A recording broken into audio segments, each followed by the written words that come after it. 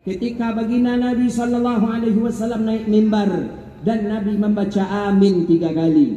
Ketika Nabi naik mimbar pertama, tangga pertama Nabi membaca amin, tangga kedua Nabi membaca amin, tangga yang ketiga Nabi membaca amin. Sahabat Sayyidina Jabir bin Abdullah di bawah, sahabat yang lain di bawah terdengar betul Nabi membaca amin. Tak pernah Nabi sebelumnya naik ke atas mimbar membaca amin 3 kali. Ada apa dengan Rasulullah? Kenapa Nabi membaca amin 3 kali? Setelah selesai Nabi turun daripada mimbar, sahabat langsung datang ke Rasulullah. Ya Rasulullah, lima qara'ta amin? Kenapa tadi engkau naik mimbar membaca amin ya Rasulullah? Padahal sebelumnya engkau tak pernah membaca amin. Engkau naik tangga yang kedua membaca amin, engkau naik tangga ketiga membaca amin. 5 ya Rasulullah. Kenapa ya Rasulullah? Kata baginda Nabi, Jibril tadi berdoa ketika aku naik ke atas mimbar, kata Rasulullah.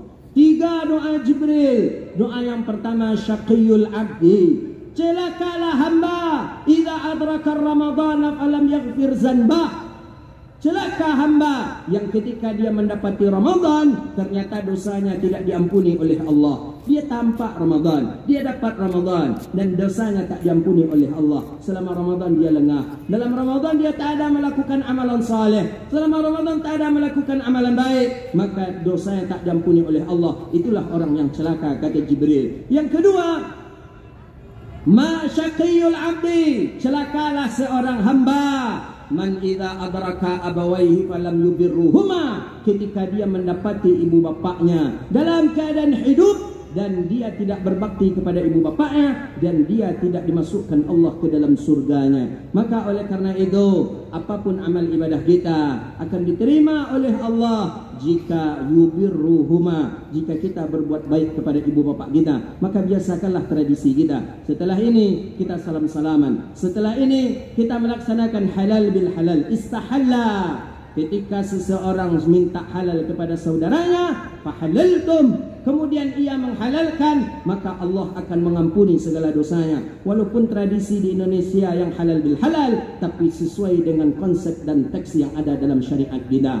Halal bil halal, meredakan segala kekhilafan, meredakan segala salah dan khilaf, maaf memaafkan. Itu adalah tradisi yang elok. Dan bahkan Nabi kita sallallahu alaihi wasallam mengatakan, al-mu'minani idza yaltaqiyani tasafahani taqatat dhunubahu qabla an yatafarraqa. Seorang hamba ketika ia berjumpa kemudian ia bersalaman, sebelum ia berpisah dosanya sudah diampuni oleh Allah Subhanahu wa taala. Allahu akbar, Allahu akbar, Allahu akbar.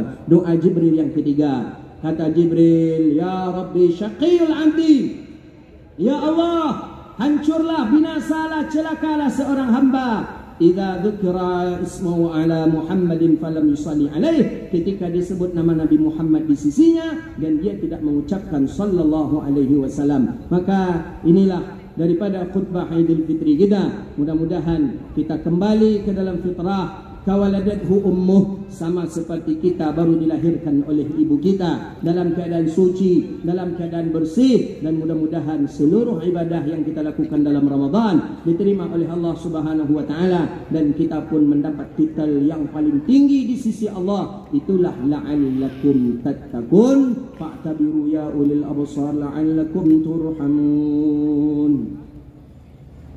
Allah